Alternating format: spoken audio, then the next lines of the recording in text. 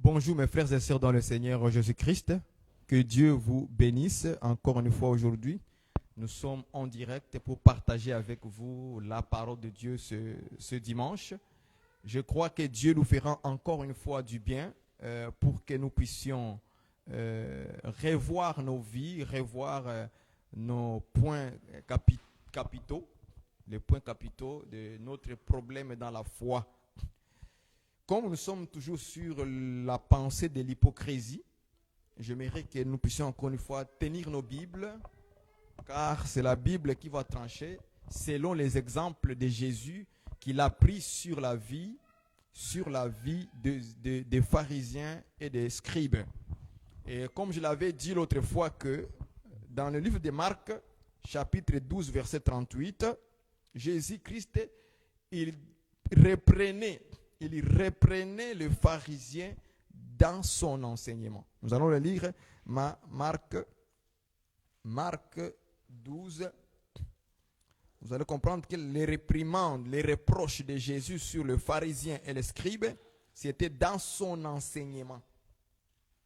C'est-à-dire pendant qu'il enseignait. Donc ces choses-là, aujourd'hui, pour nous, c'est tout un enseignement par rapport à la vie de tous les croyants. Je l'ai dit que ce n'était pas seulement pour réprimander ou reprocher les pharisiens, mais si cela est écrit dans les Écritures, pour Jésus, c'était les enseignements qui seront pour recadrer ce genre de personnes dans leur foi en Christ et Jésus aussi. Aujourd'hui, regardez ce que Jésus dit dans Marc 12, verset 38. Il leur disait dans son enseignement, gardez-vous des scribes qui aiment à se promener en robe longue. Remarquez ça. Il dit, gardez-vous des pharisiens qui aiment se promener en robe longue. Parce que quand vous lisez dans Matthieu ou dans d'autres livres de l'évangile, des évangiles, vous voyez que Jésus aussi a parlé sur de longues robes des pharisiens. Il les a reprochés en disant, vous les pharisiens, vous aimez se promener en longue robe. Vous aimez la première place dans les synagogues, dans le festin. Maintenant, quand Jésus arrive à ses disciples, il dit, gardez-vous des pharisiens qui aiment à se promener en longue robe. Est-ce que vous comprenez ça? Parce qu'il avait déjà dit ça aux pharisiens avant. Donc, il faisait tout cela maintenant pour montrer à ses disciples l'enseignement dans lequel les disciples doivent vivre avec le Seigneur. Et puis Jésus appelle ce genre de personnes, les pharisiens et les scribes, comme étant des hypocrites. Vous voyez comment il les a classés. Mais quelle était leur hypocrisie? Mais là, Jésus a commencé à détailler chaque hypocrisie de ce qu'ils vivaient. C'est pour ça que nous, maintenant, pour nous, les pharisiens, c'est tout un enseignement. Pour nous aussi nous redresser, qu'on ne vive pas comme des pharisiens à leur époque. Qu'on ne fasse pas la même chose. C'est ça le but de l'enseignement de Jésus sur ses disciples. Gardez-vous de leur caractère. Gardez-vous et qui aiment se promener en longue robe. Toi aussi, garde-toi aussi de ne pas avoir cet amour de se promener en longue robe, de se faire saint. On ne se fait pas saint. On vit la sainteté. Tout simplement. Avec simplicité et tranquillité et le calme. Est-ce que vous comprenez ça? Quand on est dans la sainteté, on n'est pas obligé de montrer aux gens. On n'est pas obligé de forcer les gens. Vous voyez ça? Vous voyez l'erreur des pharisiens? L'erreur c'était ils voulaient montrer aux gens. Ils voulaient forcer des gens. Vous voyez ça un peu quoi?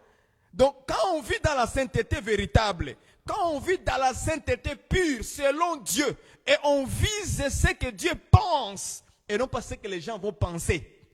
Ça, c'est la bonne sainteté. Mais quand on commence à faire on se fait saint. On se fait vivre dans la sainteté, tandis que dans ton cœur, tu n'es pas saint. Ça ne te servira à quoi? À rien. Parce que tu vas commencer à vouloir te montrer, et en voulant montrer, parfois tu vas faire beaucoup d'erreurs. Parce que tu veux montrer. C'est différent avec une personne qui se laisse conduire par le Saint-Esprit sans vouloir montrer aux gens. Lui, il vit comme ça. Il est comme ça par le Saint-Esprit, il est comme ça. Est-ce que vous comprenez un peu la différence? Mais par celui qui veut montrer aux gens, il finira par oublier à un moment donné. Pourquoi il oublie? Parce qu'il voulait montrer qu'il est saint. Montrer que tu es saint. Alors tu vas oublier, tu vas faire beaucoup de dégâts. Et c'est lui qui veut se faire trop saint. Il aime trop l'apparence. Toujours montrer les longues robes. C'est ça les pharisiens. Vouloir trop montrer aux gens. Vous voyez, moi je suis en longue robe et je suis sainte. Vous voyez, je suis saint. Vous voyez, je suis saint. C'est comme ça. Il aime trop mettre l'apparence au devant. Ça sont des gens qui sont des hypocrites. Regardez les hypocrites comment ils sont, les pharisiens. En voulant trop montrer aux gens, il veut aussi forcer les gens à vivre ce qu'ils ne vivent pas. C'est ça le problème à celui qui veut toujours montrer qu'il est saint. Il aime aussi forcer d'autres personnes à faire les choses que lui-même il ne fait pas.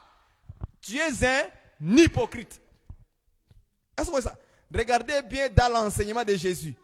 Il dit que les pharisiens aiment, ils enseignent les choses aux gens, qu'eux-mêmes ne peuvent même pas les soulever avec leurs doigts. Ils disent des choses aux gens, des lois aux gens, des règles, des choses comme ça. Mais eux-mêmes d'abord, ils ne peuvent pas les remuer par leurs propres doigts, les soulever avec leurs doigts. Ils ne peuvent pas les soulever, cette loi-là. Mais ils sont prêts. Hey, il faut laver les mains avant de manger. Hey, il faut faire ceci. Hey, toi. Hey. Ils sont là à tout donner des lois, des règles, des doctrines. Mais eux-mêmes sont incapables de le faire.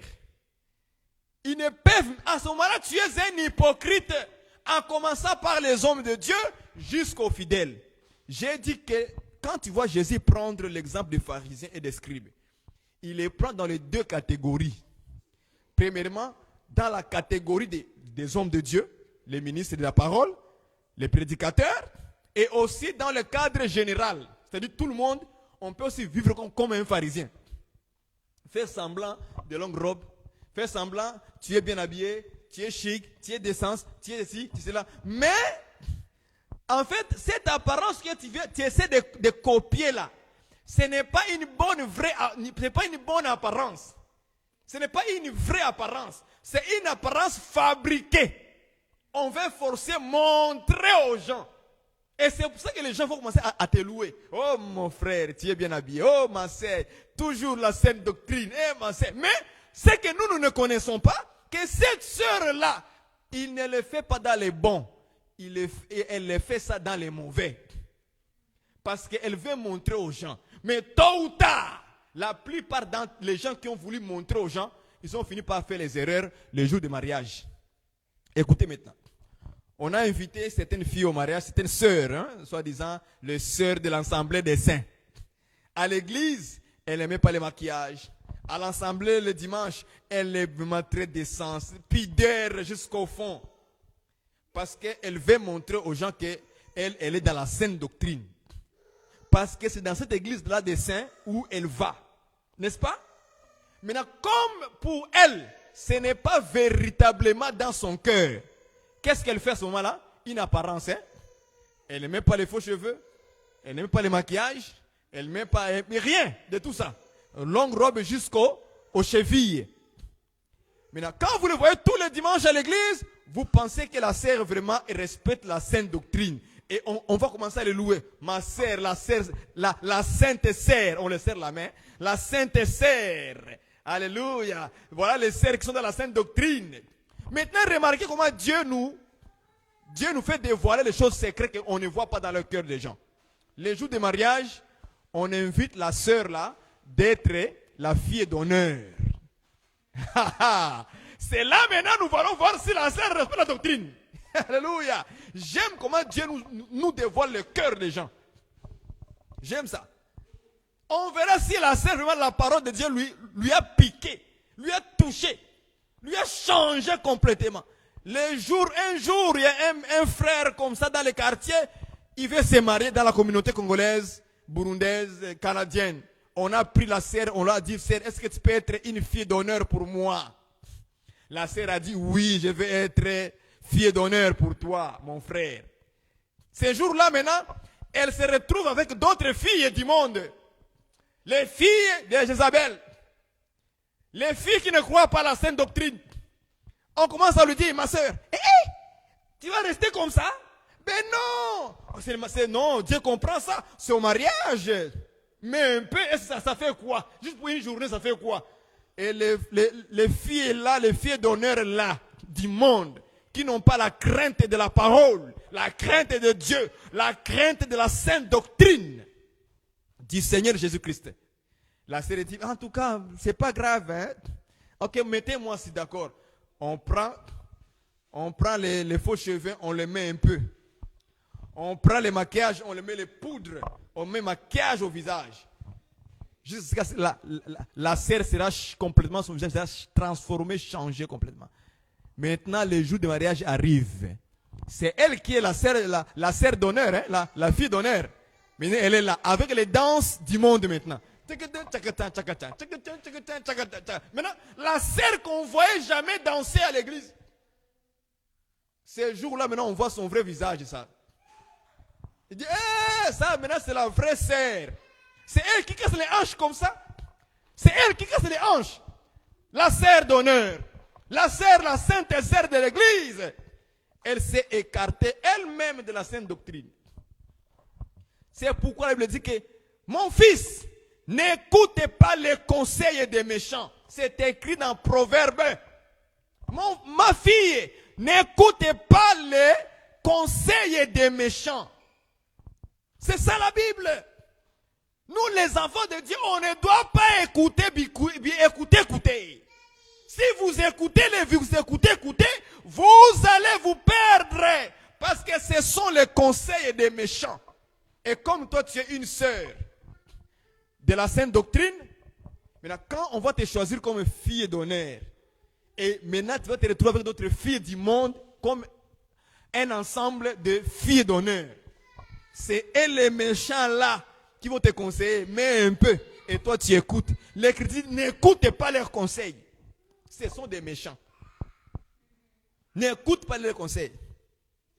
Reste comme tu es parce que c'est dans ton cœur. Tu te diras, non, mes amis. Non. Si vous voulez que je fasse partie de votre liste de filles d'honneur, permettez-moi de rester tel que je suis. Parce que moi, ma doctrine ne dit pas ça. Je dois respecter la doctrine de Jésus. Et non pas les conseils des méchants. Les conseils de ceux qui ne croient pas au Seigneur, à la sainte doctrine. Parce que croire au Seigneur aujourd'hui, c'est croire à la sainte doctrine, aux enseignements qu'il a prêchés à travers ses apôtres qu'il a établis. Alléluia. Est-ce que vous comprenez ça? C'est ça aussi être hypocrite pour rien. Et nous allons le voir aujourd'hui. Et nous allons nous examiner. Est-ce que nous ne sommes pas quelque part des hypocrites? Alors, nous devons abandonner ce genre de vie et être vrai. Être juste.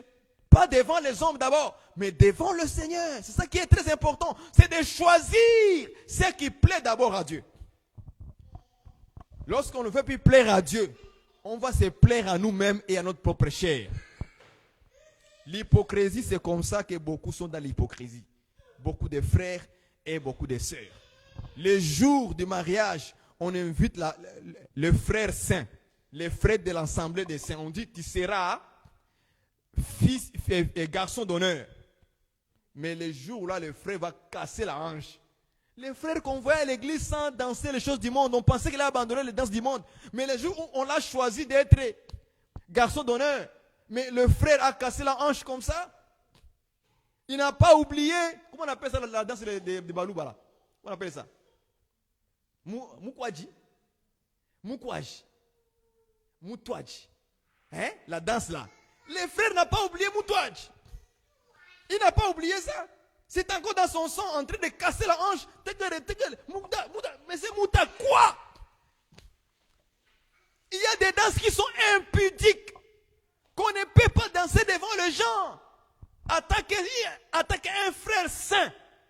Ouais, un frère saint, il a déjà mis les pieds comme ça. Et les épaules en l'air. Il veut maintenant casser la hanche à gauche à droite. Et après, il tourne et il fait comme ça. Il tourne pour montrer aux gens que voilà, voici comment mes affaires bougent aussi. Et c'est un frère saint. C'est pourquoi je dis que l'hypocrisie est dans la vie de plusieurs, sans le savoir. Même les hommes de Dieu. L'hypocrisie est en train de nous prendre trop de la place sans le savoir. c'est un péché que les gens ne voient pas souvent venir. C'est ça le problème. Mais en lisant les Écritures, petit à petit, le Seigneur nous aide de nous montrer ces affaires-là, pour qu'on les quitte complètement. Les frères, là, commencent à casser la hanche, comme s'il était dans le monde, en fait. Il a oublié que c'est un saint frère. Il y a des danses qui sont saintes. Les danses qui respectent le moral. Les danses qui respectent l'environnement. Les danses qui respectent l'honneur de Dieu. Parce que tu portes Dieu en toi, dans ton cœur. Tu as Dieu là-bas. Vous voyez comment les gens sont hypocrites. Mais quand il vient à l'église, les frères font semblant comme s'il ne dansait pas. Lui ne dansait pas. Mais les jours qu'on l'a invité au mariage, quelque part, il a cassé la hanche. Il a oublié que je suis un frère saint. Et je suis une sœur sainte. Elle a oublié ça. Mon ami, n'écoutez pas les conseils des méchants. Il faut imposer à ces gens-là pour le dire. C'est quel genre de danse nous allons danser? Oh non, on va mettre Rihanna. Oh non, on va mettre Beyoncé. Oh non, on va mettre Koffi Olomide. Oh, en tout cas, tu te dis, en tout cas, franchement, je ne suis pas prêt pour danser avec ce genre de musique. Tu dois être honnête, sincère, partout là où tu vas. Même si ce n'est pas le jour de culte, même si ce n'est pas le jour de dimanche, même si ce n'est pas le jour de prière. Là où tu es tout seul, là, défends-toi même par ton comportement, par ta bouche, par tes caractères, par ta vie. Témoigne-les que moi, je ne fais pas ça. Si tu vas dans la complicité avec ces gens-là, tu trahis la sainte doctrine. C'est ça la trahison. C'est ça Judas. Tu deviens un enfant de la tribu de Judas. Pas Judas, les 12 tribus des enfants d'Israël. Non, non, non, non. Judas Iscariote. Voilà. Celui qui a vendu Jésus. Il a vendu la sainte doctrine pour son ventre. 30 pièces d'argent. Aujourd'hui, nous vendons Jésus en $0 pour la perte de nos propres âmes, sans le savoir. Est-ce que vous voyez ça, frères et sœurs? Et c'est comme ça que vous allez voir que dans le milieu chrétien, avec les artistes chrétiens, beaucoup sont maintenant attirés par des musiciens du monde qui les trompent en disant, viens, je vais faire un featuring avec toi parce que je trouve que moi aussi, je me suis converti. Et beaucoup de païens, musiciens païens commencent à être baptisés et on crie partout, ah, tel est maintenant baptisé. Il est devenu chrétien. Mais quand vous vérifiez encore plus, vous laissez le temps de parler, vous trouvez qu'il ne s'est jamais converti. En fait, aujourd'hui, ça devient comme la vie, en fait, pas vie, mais cet genre de faire, de gospel, de la musique chrétienne, soi-disant, aujourd'hui, beaucoup de païens commencent à venir dedans parce qu'ils trouvent maintenant l'intérêt dedans. Je ne sais pas si vous me comprenez. Beaucoup de musiciens païens commencent à chanter Jésus, chanter Dieu, chanter ceci, cela, et on croit vraiment que c'est le vrai Dieu qu'ils chantent. Si Dieu ne vous révèle pas, vous allez croire que non, il s'est converti. Maintenant, il commence à chanter pour Dieu. Non, non. En fait, c'est dans le milieu chrétien maintenant qu'on trouve de l'argent. Vous ne comprenez pas ça? Ben oui!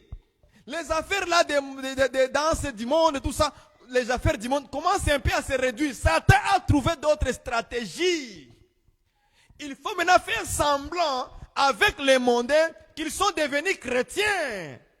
Pour nous tromper, nous les vrais chrétiens, en fait de nous attirer vers eux. Et ça, beaucoup de gens ne comprennent pas ça. Et c'est comme ça que vous allez voir un musicien du monde, un comédien du monde, il s'est converti, on l'a baptisé. Dès qu'on le baptise, on publie partout sur les réseaux sociaux. Partout, on dit partout. Oh, il est baptisé, il est devenu chrétien. Mais avec le temps, vous voyez que 2 ans, 3 ans, 5 ans après, mais il est toujours dans le monde en réalité. Alors, quel baptême il a eu? Quelle conversion qu'il a eu dans son cœur? Rien du tout. Des hypocrites. Et on court vite à publier. Sans vérification. Laissez le temps va vous parler. Dieu va vous révéler avec le temps ce qu'il en est vraiment de la conversion de la personne. Moi, je crois que lorsqu'une personne est véritablement convertie, je ne pense pas qu'il peut retourner dans le monde. Je ne pense pas qu'il peut faire semblant de se convertir pour venir tromper les chrétiens. Je ne pense même pas qu'il peut faire ça.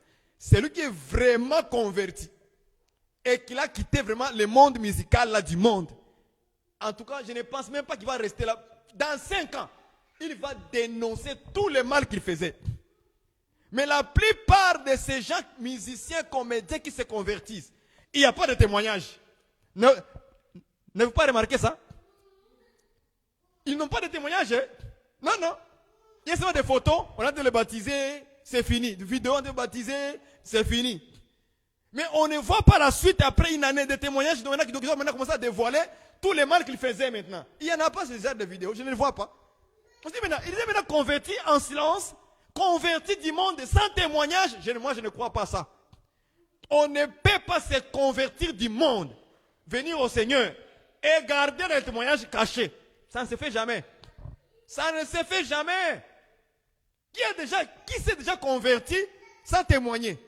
Bon, je me convertis, paf, c'est fini. Je reste calme. Non! Ça va bouillonner en toi pour vomir tout le mal.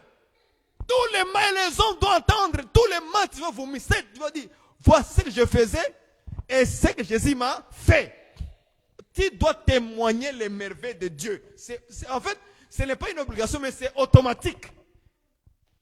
Regardez les conversions de ces musiciens-là du monde. Regardez-les. Convertis, pas sans témoignage. S'il veut faire une petite vidéo de témoignage, c'est genre, oui, j'aime Jésus, Jésus m'a sauvé du monde, puis c'est fini. Mais vous blaguez quoi? Mais vous blaguez. L'hypocrisie. Frère, faisons attention, ne courons pas trop vite à publier des choses que vous ne connaissez pas. La conversion, après 10 ans, 5 ans, que la personne se convertit, on doit voir des changements terribles. On doit voir la personne bouillonner de Jésus. Pas encore bouillonner encore du monde. On l'appelle au concert je ne sais pas si on peut, d'Adjou. Maître Jim, il s'en va là-bas. Toi, tu veux te convertir, tu veux aller voir le concert de Maître Jim, de Michael Jackson, de Rihanna encore. Ça, c'est que j'ai converti ça. Oh, je me suis converti. Tu es converti comment? Vérifions des conversions, c'est très important. Ne courez pas vite à appuyer les choses que vous ne connaissez pas, parce que sur les réseaux sociaux, là, on peut tout inventer aujourd'hui. Tout inventer. Donc maintenant, nous avons notre sujet. Matthieu chapitre 15, 23 plutôt, 23. Matthieu 23, nous allons prendre l'écriture 23, je pense. Voilà. Prenons notre Bible maintenant. Matthieu chapitre 23, verset 23, c'est là maintenant où nous sommes rendus. Et nous allons le lire ensemble pour nous corriger, nous instruire, nous édifier, nous encourager aussi également de vivre dans la sainte doctrine et marcher sans hypocrisie. Lisons Matthieu 23, 23. Malheur à vous, scribes et pharisiens, hypocrites, des points. Mais pourquoi nous sommes hypocrites? Il dit, parce que vous payez la dîme de la menthe, de la nette et du cumin. La menthe, la nette et du cumin, ce sont des petites plantes, des petites plantes. Et que vous laissez ce qui est plus important dans la loi, la justice, la miséricorde et la fidélité. C'est là ce qu'il fallait pratiquer sans négliger les autres choses. Même la dîme sans le négliger, on doit aussi les pratiquer. Maintenant, regardez comment Jésus prend un hypocrite. Il dit, tu donnes la dîme de la menthe, de la nette et du cumin. Qui ne donne pas cette dîme aujourd'hui? Les offrandes, on donne, n'est-ce pas? Mais pourquoi encore ici Jésus doit réprimander quelqu'un qui donne? Pourquoi il doit le réprimander, le reprocher? Pourquoi? Il le reproche parce qu'il y a quelque chose qui ne marche pas dans ce qu'il donne, en fait. Il y a une hypocrisie à l'intérieur. La personne donne son offrande à l'église. Il donne la dîme à l'église. Mais regardez l'objectif quand il fait cela. Il a annulé quelque chose. Il a annulé ce qui était très important à pratiquer. La loi. Voici ce qu'il dit. La loi, donc, et que vous laissez ce qui est plus important dans la loi. Il dit la justice, la miséricorde et la fidélité. N'est-ce pas? C'est ce qui se passe aujourd'hui dans nos églises, sans le savoir. Les gens sont hypocrites dans ce qu'ils donnent. Et ils laissent ce qui est très important dans la saine doctrine du Seigneur Jésus-Christ. Parce que la loi aujourd'hui, c'est la saine doctrine de Jésus-Christ. La justice, la miséricorde, la fidélité, on laisse ça. Mais quand on veut aveugler les pasteurs à l'église, aujourd'hui c'est le système aujourd'hui. Quand on veut aveugler les pasteurs à l'église, amener de gros montants à l'église, les pasteurs deviendront aveugles. C'est comme ça aujourd'hui. On pense que quand on donne la dîme, quand on donne l'offrande, quand on donne action de grâce, quand on donne toutes ces choses-là, nous on est fidèles, on est dans la bonne voie. Mais or la personne a déjà laissé, a déjà abandonné la justice, la fidélité, la miséricorde. Il a déjà abandonné ce qui est très important dans la loi. Il a déjà abandonné ça. Mais lui, il continue à pratiquer la dîme, les offrandes, actions de grâce, tout ça il le fait. Mais il laisse ce qui est très important. Et quand les pasteurs commencent à toucher les choses très importantes dans la foi, la personne boude. Il boude dans l'église, pendant la prédication. Il boude. Au point même où, quand les pasteurs reprennent un frère, une sœur à l'église, c'est la seule. Il dit, ma sœur, t'habiller comme ça, c'est être nu devant les hommes. La sœur boude le pasteur. Et je pense que ce jour-là, dimanche prochain, la sœur ne sera plus à l'église. Quand le pasteur va reprendre le frère, mon frère, en tout cas, porter des pantalons serrés comme ça en tant qu'un homme, c'est séduire les sœurs à l'église. Ce n'est pas bon dans ta foi. Parce que toutes les parties qui devaient être cachées sont visibles, mon frère. Porter un habit, un pantalon très serré, ce n'est pas bien. Les jours-là, le dimanche prochain, le frère ne viendra jamais. Parce qu'on l'a réprimandé des choses très importantes dans la foi. Quand on va dire, ma soeur, il faut pardonner. Pardonne à ta soeur même si tu as fait du mal. L'Écriture dit, celui qui ne pardonne pas aux hommes, Dieu le Père aussi ne les pardonnera pas non plus. Il faut pardonner ma soeur. La sœur va dire, pasteur, si tu savais ce que cette sœur m'a fait là, elle a pris mon mari. Elle a pris mon mari. Je ne le pardonnerai jamais. Quand tu dis ça, disqualifié. Même si elle amène les dîmes, les offrandes, l'action de grâce à l'assemblée. Dieu, j'aime le Seigneur. Dieu n'est pas influencé par vos dîmes. Hein? Dieu n'est pas impressionné par tes offrandes. Il n'est pas impressionné. Aussi longtemps quand tu abandonnes ce qui est important dans la loi, dans la saine doctrine, ce qui est important dans ta foi, dans la foi en Christ Jésus, la justice, la miséricorde et la fidélité. La miséricorde, c'est le sens de pardonner même les gens quand ils nous font du mal. Tu as compassion de la personne. Tu es émis de compassion à la personne. Tu es miséricorde de Dieu. Est-ce que vous comprenez ça? La justice, être toujours juste dans tout ce que tu fais. Juste. Mais quand on devient injuste, on est prêt à faire semblant comme les pharisiens. Je donne ma dîme. Comme les pharisiens là qui priaient. Seigneur, moi je ne suis pas comme le péager ici. Des païens. Les gens qui ne croient pas en Jésus-Christ. Moi je donne mes dîmes. Toutes mes revenus je donne. Moi, je jeûne 2 fois par jour. L'hypocrisie. On montre à Dieu ses exploits. Ce que moi je fais, que l'autre ne fait pas. Ça, c'est l'hypocrisie. Vous pensez que Dieu est impressionné de ce que toi tu fais? Parce que tu donnes la dîme à l'église? Parce que tu jeûnes? Parce que tu pries toutes les semaines?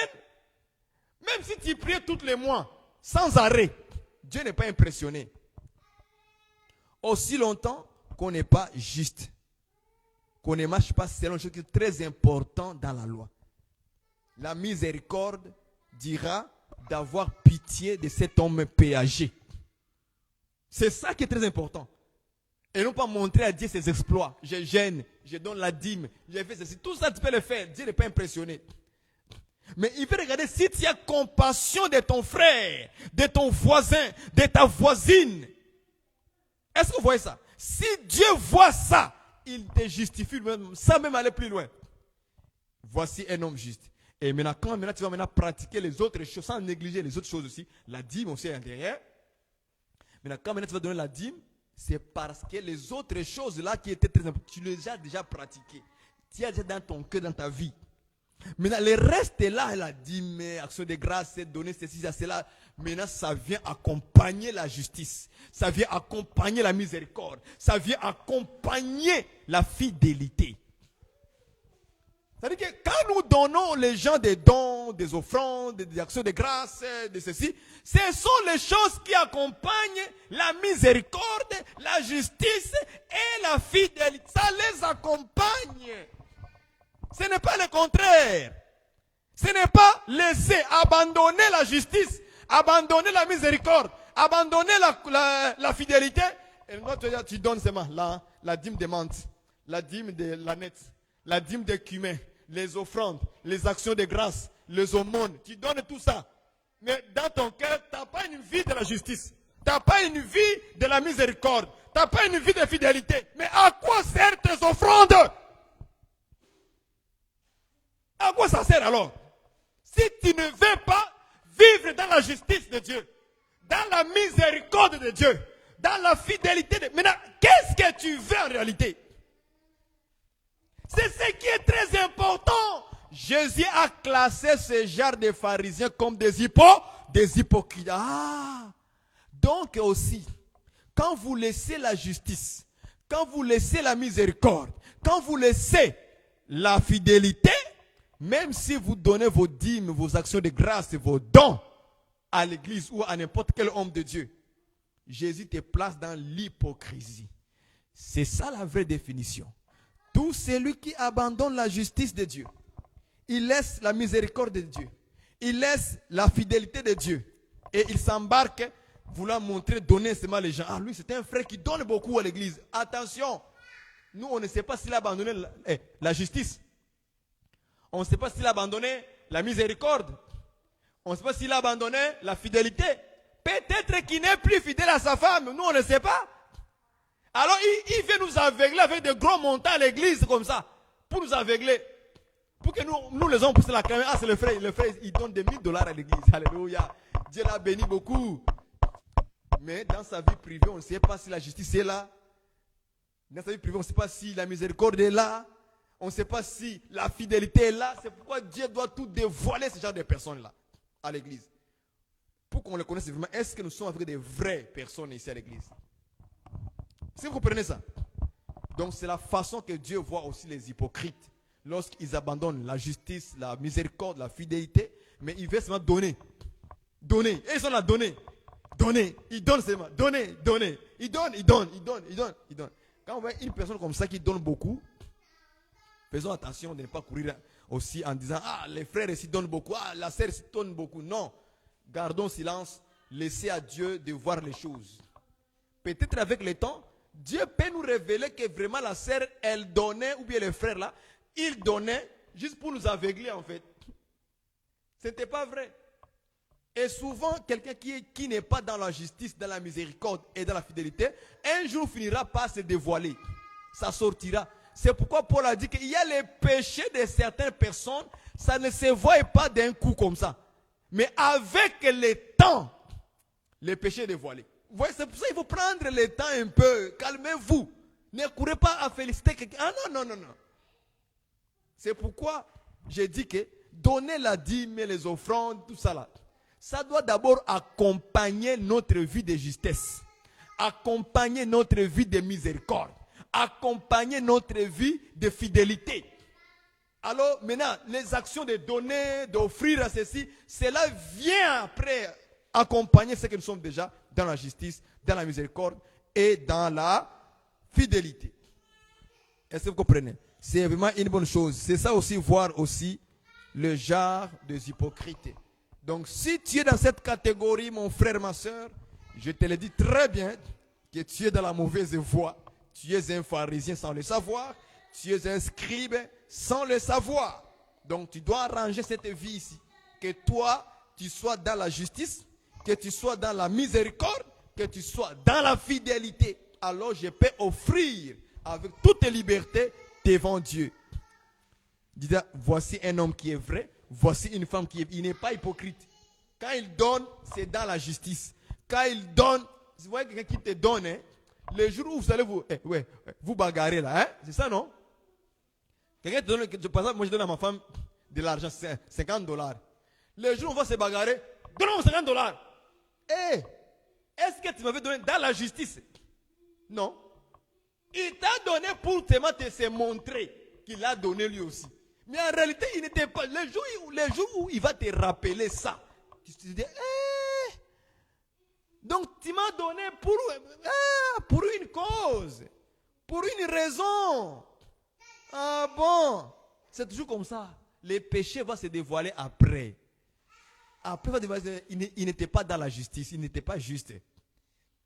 Il est donné par rapport à ses ambitions, ses intérêts à lui.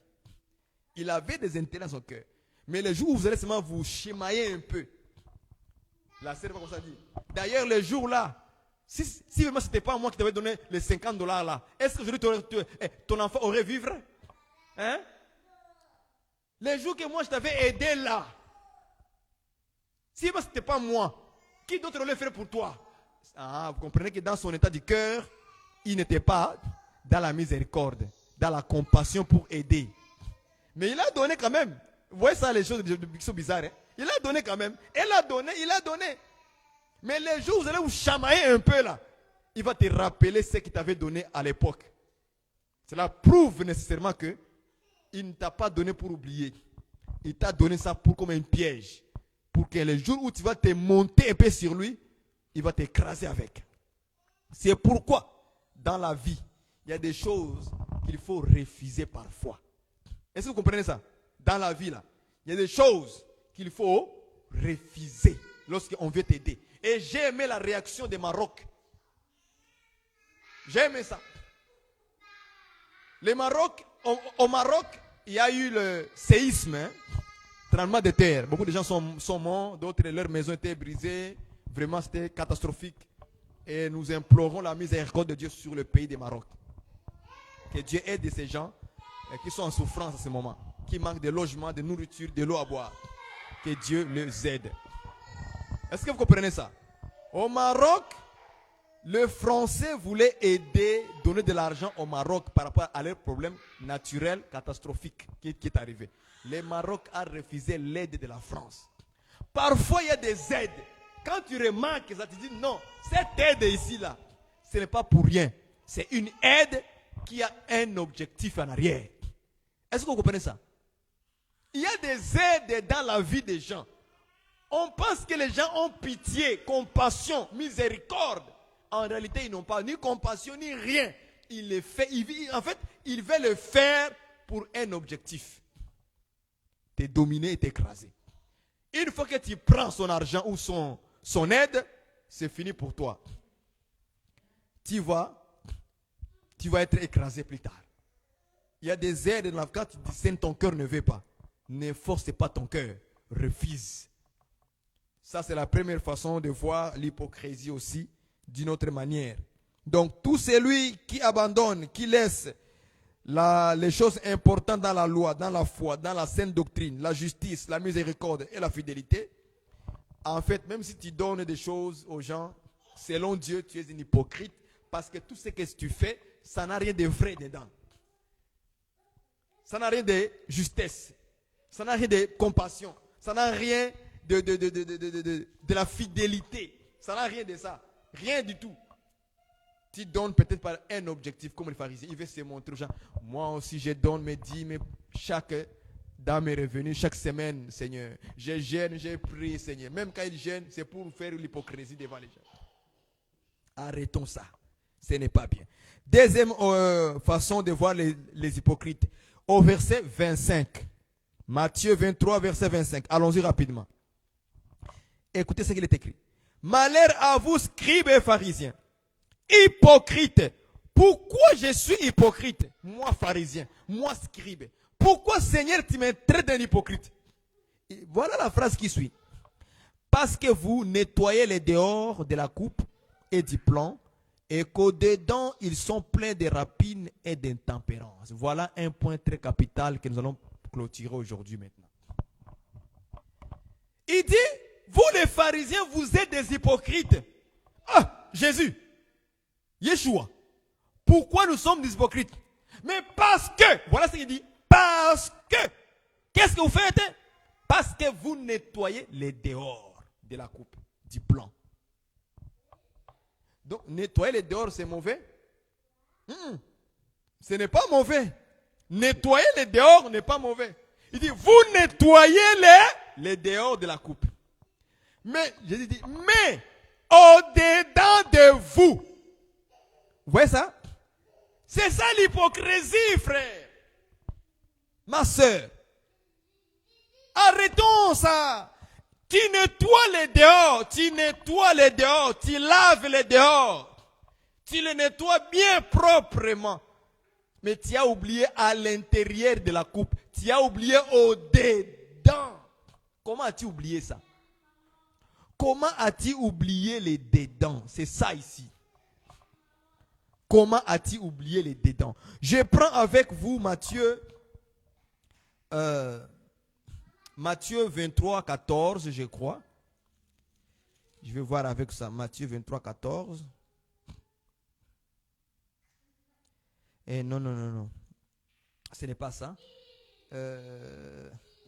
On va aller voir ensemble avec vous dans le livre de Timothée, chapitre 5, non. 2 Timothée 3, 6. 2 Timothée 3, 6. 2 Timothée 3, je vais voir avec vous. 2 Timothée 3, 6. Non, ce n'est pas ça. Je vais vous montrer quelque chose de très très important. Matthieu 23, 25 à 26.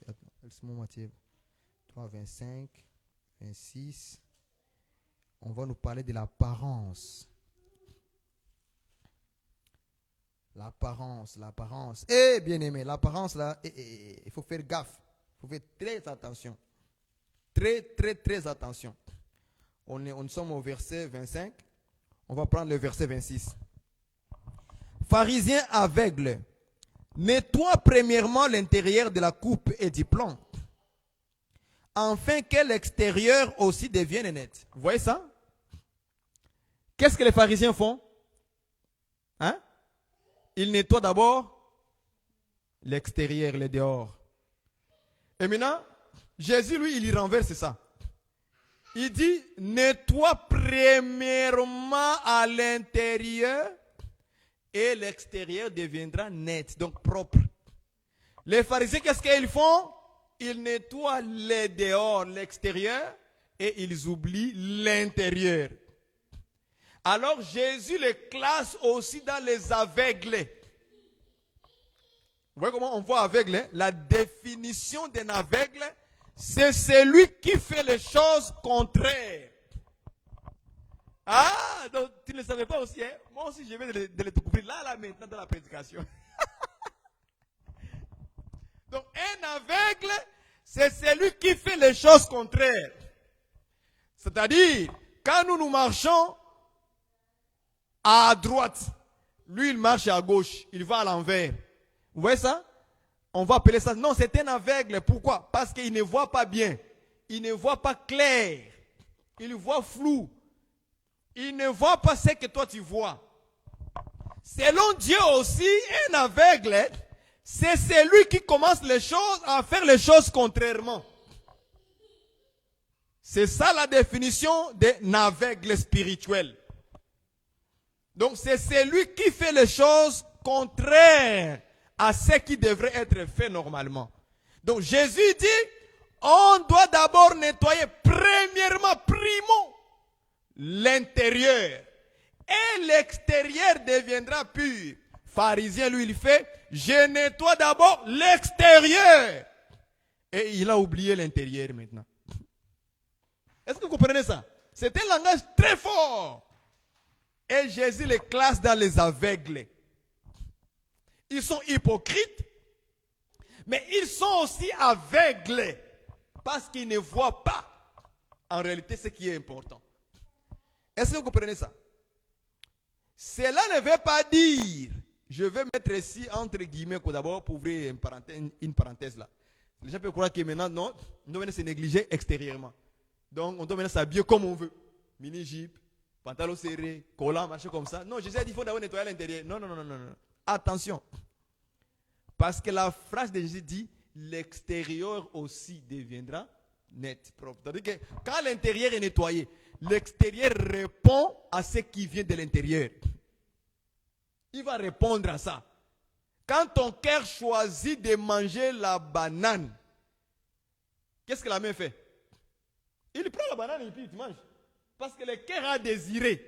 La main fait l'action. L'extérieur répond maintenant à ce que tu as demandé. Est-ce que vous voyez ça, ma soeur, mon frère? Donc, cela ne veut pas dire que maintenant, on doit commencer à dire, ok, c'est comme ça. Maintenant, je vais attendre que mon cœur soit nettoyé. Maintenant, toi, on t'a prêché, on t'a parlé. Non, ton cœur est mauvais déjà. Ton cœur est fermé, ne veut pas écouter. C'est pour ça que tu veux maintenant t'accrocher sur des choses que tu ne comprends pas. Quand l'extérieur est purifié, l'extérieur doit répondre à la purification. C'est ça la parole de Dieu. Quand je suis touché dans mon cœur, je pleure, je dis, j'étais loin du Seigneur. Et Jésus, automatiquement, tu cours à la maison, tu changes ta garde-robe. C'est comme ça, non? C'est différent avec celui qui veut d'abord commencer à purifier l'extérieur. Et il a oublié quoi? L'intérieur. Vous voyez ça? Les pharisiens, ils trouvent l'importance, c'est de se présenter devant les gens étant bien habillés en longue robe, propre. Mais avec le temps, avec la vie, comme vous collaborez ensemble, comme tu es avec lui dans le même quartier, le Messie là qu'on croyait qu'il est pasteur. Mais c'est ça qu'il fait ça. Hein? Les mamans pasteurs là qu'on voit toujours avec les fleurs à la tête. Avec des habits bien bien chics là. Mais c'est comme ça qu'elle aussi elle est. Ah, l'extérieur est rempli de quoi? Lisons. Matthieu 23, 25. Il dit, parce que vous nettoyez les dehors de la coupe et du plomb. Et qu'au-dedans, ils sont pleins de rapines et d'intempérance. Il y a des rampines à l'intérieur. Il y a des cailloux. Il y a des épines. Vous voyez une maman de l'église, la femme du pasteur. Mais la femme du pasteur, si tu l'énerves là, tu vas sentir maintenant cette nature de maman pasteur là va être mise à côté. Elle va te sortir tout ce qui est dans son cœur. Elle va t'insulter. Ce n'est pas nous à l'église qu'on t'avait aidé. Maman pasteur, il faut écouter. Avec les fidèles. Lorsqu'un fidèle fera quelque chose qui n'est pas bon, maman pasteur, maintenant va commencer à te rappeler comment c'est eux qui t'ont aidé. Ce n'est pas nous qui t'avons aidé ici. Ce n'est pas nous qui avons aidé. C'est pas nous qui faisons ça. Ma pasteur, qu'est-ce qu'il y a? Toi, tu es une femme d'être exemplaire. Vous voyez ça? Donc, cette apparence qu'elle a pris là extérieurement, avec des humilités fabriquées, tous les mamans pasteurs sont toujours comme ça. Comme des sages. Mais en réalité, vous ne le connaissez pas. Hein? Ce sont des êtres humains comme vous. J'aime la Bible. Les mamans pasteurs sont des humains comme d'autres sœurs à l'église. Arrêtez de nous fabriquer vos manières de vivre là. Elle devient ma sœur des catholiques là. Calme. Elle ne parle pas beaucoup. La sagesse fabriquée finira par être dévoilée par Dieu, maman pasteur. Je parle aux femmes de pasteurs, comme on s'appelle, maman pasteur. Hein, maman pasteur? Faut m'écouter, hein? Fabriquer une sagesse là. Toi, tu ne parles pas beaucoup à l'église. Maman pasteur, toi, tu es comme ça. Maman pasteur, elle est très intelligente. Jusqu'au point où on lui donne le maman pasteur, c'est elle la femme sage. Mais, mon frère, cette fausse sagesse qu'elle a fabriquée là à l'église là, cette apparence là, finira un jour d'être des rampines et des interprètes. Dans son cœur, il y en a ça. Il y en a. Parce qu'on ne fait pas attention. Avec ces choses-là, voilà pourquoi nous sommes classés dans l'hypocrisie. On est classés dans l'hypocrisie. Et même les hommes de Dieu, c'est pareil aussi. L'homme, les ministres de Dieu, sont des hypocrites. Un fidèle parle avec les pasteurs en secret. Le pasteur, il est là, avec vraiment une sagesse énorme, avec une humilité vraiment énorme. Oh, oui ma soeur, oui mon frère, Dieu va t'aider. En tout cas, cette situation, nous allons prier vraiment. La sœur est venue lui parler de ses relations intimes avec son mari. Le frère est venu parler au pasteur de ses problèmes avec sa femme à la maison ou avec ses parents. Les choses qui sont tellement graves, hein, sont tellement graves. Le pasteur est là, oui, oui, nous allons prier pour toi. Oui, oui, oui. L'apparence, c'est qu'elle est vraiment dans la sagesse de Dieu.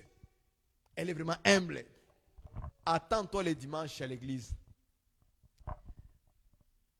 Ici à l'église, il y a des sœurs qui couchent avec tous les hommes du quartier. Pasteur. Ici, il y a des frères qui ne sont pas humbles. La Bible nous dit que les enfants doivent honorer leurs parents. Voilà. Elle vient commencer à faire des prédications maintenant pour dévoiler tout ce que vous lui avez dit en secret à la maison. Tout. Mais devant vous, elle faisait semblant d'une sagesse énorme. D'une humilité incroyable. Ça, on te placera dans l'hypocrite. Hypocrite, pasteur. Ce n'est pas juste. Ce n'est pas juste de faire ça. Quand les gens viennent te parler des choses, te dévoiler ce qu'ils ont fait, te dévoiler ce qui se passe dans sa vie de souffrance, tu n'as aucun droit de venir faire une prédication devant les gens maintenant pour les dénigrer, pour les réduire en néant. Devant Dieu, pourquoi devant lui, tu n'as pas crié sur la sœur là? Hein? N'est-ce pas? Quand tu vois qu'une sœur vient te dire, papa pasteur, oui bonjour, je suis venu maintenant confesser devant toi. Oui, vas-y, qu'est-ce qu'il y a ma sœur? Tu es avec lui au bureau, hein? Pasteur, regarde, hier soir, je ne pouvais pas me contenir. Avec le frère Benoît, on a fait tout ça. Et puis voilà, moi je regrette. Parce qu'il faut d'abord commencer par crier. Normalement, un parent, quand ta fille, vous découvrez que votre fille a fait des choses dehors avec des garçons, qu'est-ce que vous faites?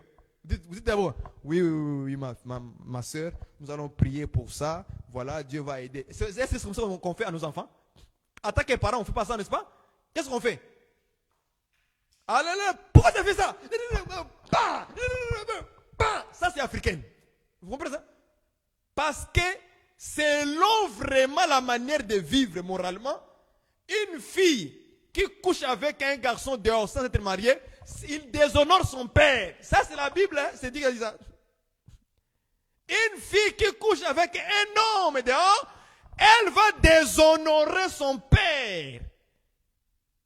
Est-ce que vous prenez ça? Maintenant, quelqu'un vient confesser. Tu fais une sagesse énorme. Ma soeur, non, ça, Dieu te comprend. Voilà. Mais quand tu viens maintenant devant la chair à l'église, tu commences maintenant à crier devant tout le monde. Ça, ce n'est pas bien. Il fallait crier à sa place. Sur place, les jours où la soeur, le frère est venu te dire ça. Il fallait crier là-bas.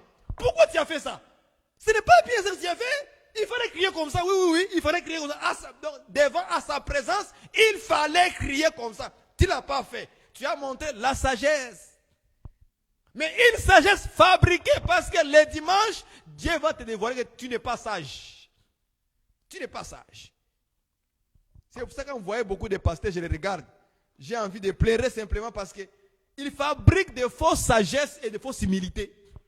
Et ils pensent que ça c'est juste devant le Seigneur. Ce n'est pas vrai. S'il fallait crier, il fallait crier à la présence de ses frères et de ses sœurs pour être égal, pour être juste.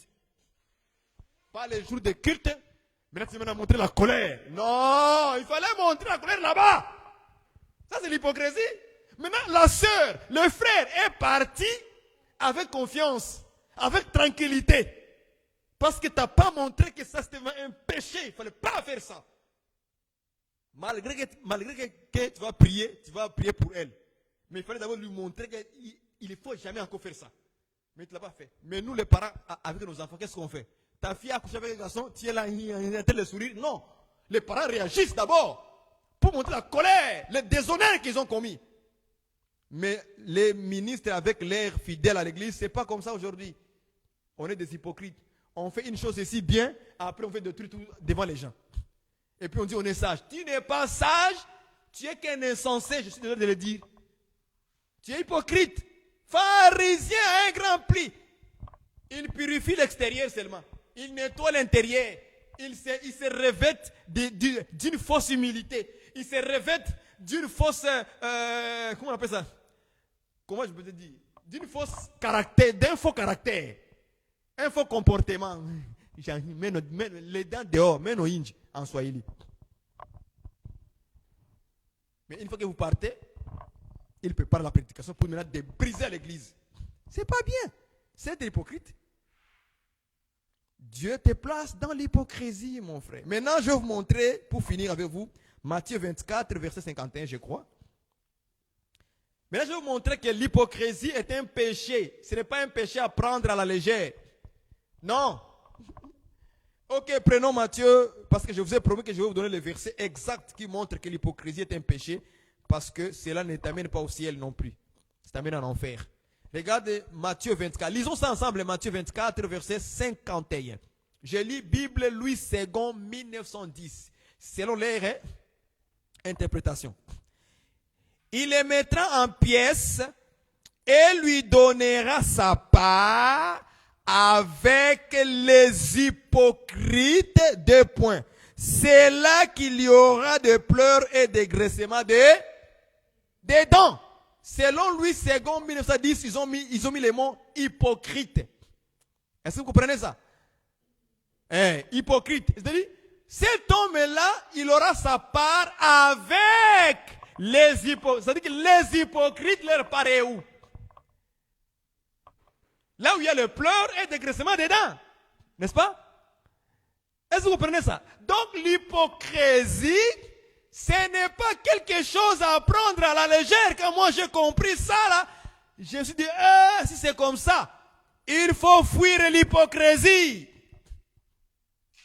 Moi, quand j'ai compris, je dis, bon, nous qui croyons que l'hypocrisie, c'est une chose vraiment bon, c'est facile, on peut, Dieu ne voit pas ça. Vous voyez ça? Mais non, mon frère, ma soeur.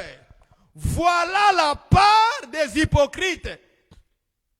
Donc les hypocrites ont déjà eu leur part. Quelle est leur part? C'est là où il y a le graissement des dents et des pleurs. C'est où ça? C'est en enfer. C'est dans le séjour des morts. C'est loin de la face de Dieu et de la gloire du Seigneur. Donc la part, la portion, l'héritage des hypocrites se retrouve là où il y a le pleur et des graissements de dents. C'est l'enfer. Donc, écoutez, donc l'hypocrisie, ce n'est pas quelque chose à prendre à la légère. Non, jamais de la vie. Il faut la prendre au sérieux. Ça peut t'amener loin de la face de Dieu.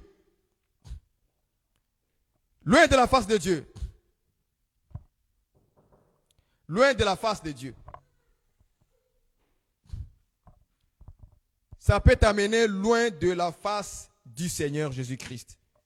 Voilà le verset qui est clair dans Louis II 1910, que la part des hypocrites se trouve où? Là où il y a des pleurs et des graissements des dents. Vous allez voir qu'ici, quand vous prenez le verset Matthieu 13, quand on parle des blés délivrés, on dit aussi qu'ils seront jetés dans le feu éternel, là où il y a des pleurs et des graissements des dents. Vous voyez ça? Donc tous les pécheurs qui ont leur part, les livrés, les fils du diable, qui ont leur part dans là où il y a le pleur et des graissements des dents. Mais ici on dit que ce sont les hypocrites qui seront là-bas. Et aussi leur part, c'est là où il y a le pleur et des graissements des dents. Donc nous comprenons qu'être un hypocrite, c'est vivre une vie de péché, d'une manière ou d'une autre. Si vous voulez bien saisir cette pensée, lisez Matthieu 25, toute la façon que Jésus a réprimandé les pharisiens. Si on se retrouve dans ces choses-là, alors nous serons un jour loin de la face de Dieu. Moi, j'ai compris ça. J'ai pris ma décision que l'hypocrisie doit s'éloigner de ma vie et de notre vie de couple, notre vie au travail, notre vie à la maison, notre vie avec nos parents biologiques, avec nos sœurs, frères biologiques, avec nos amis. On doit s'éloigner vraiment de l'hypocrisie. On doit être vrai dans tous les détails, en m'habillant, en vivant. Vous voyez ça? Donc, dans tous les aspects, je dois être loin de l'hypocrisie, toujours en cherchant à être dans la vérité pour plaire au Seigneur. C'est ça la bonne voie à suivre. Tu as fait quelque chose, ne dis pas non, je n'ai pas fait. Vraiment, tu l'as fait. Dis oui, je l'ai fait. Je trouve ça un peu rigolant quand je me vois avec mes collègues. Des fois, on est là au travail, puis je pose la question aux travailleurs. Qui a fait ça ici? Tout le monde. C'est pas moi. Tout le monde, hein? C'est pas maintenant. Qui a fait ça maintenant ça? Donc la chose s'est faite tout seul. Et quand j'ai parlé avec mon patron sur ce sujet-là, il me dit que même lui-même me dit, je ne comprends pas avec les employés. Il y a quelque chose de mal qui a été fait. Tu demandes à tout le monde dit c'est pas moi. C'est pas moi. C'est pas moi. Ils pensent qu'on va les tuer. On ne va pas les tuer. Je dis que c'est moi qui l'ai fait, patron. Je suis désolé, je ne le ferai plus. C'est tout. C'est ça que nous on veut. J'étais obligé de voir un à un pour le conseiller comme ça. Il dit qu'il ne faut pas être malhonnête. Tu as fait une chose qui était mal. On ne va pas te tuer. Au moins dis c'est moi qui l'ai fait, je ne le ferai plus. C'est tout. C'est ça que nous on veut entendre. Mais les gens se cachent maintenant. L'hypocrisie. Tout le monde est fou. Hein? Et la personne qui a fait, lui aussi dit que ce n'est pas moi qui a fait. Hypocrisie. Et même chez les enfants de Dieu, parfois c'est comme ça. On a fait quelque chose, après on refuse pour se protéger. Pour donner une bonne image aux gens. Ok? C'est moi qui ai fait, je suis désolé. C'est tout. C'est pas aussi... non, c'est tout. Donc prenez courage, bien aimé le Seigneur. Je vous dis que l'hypocrisie, selon les Écritures, ça ne paye pas une bonne chose. Ça ne vous donnera jamais le ciel. Ça vous donnera l'enfer. Donc, ma soeur, mon frère, toi qui m'entends, on a parlé de l'hypocrisie dans tous les sens, dans l'apparence même. Même l'apparence que nous avons.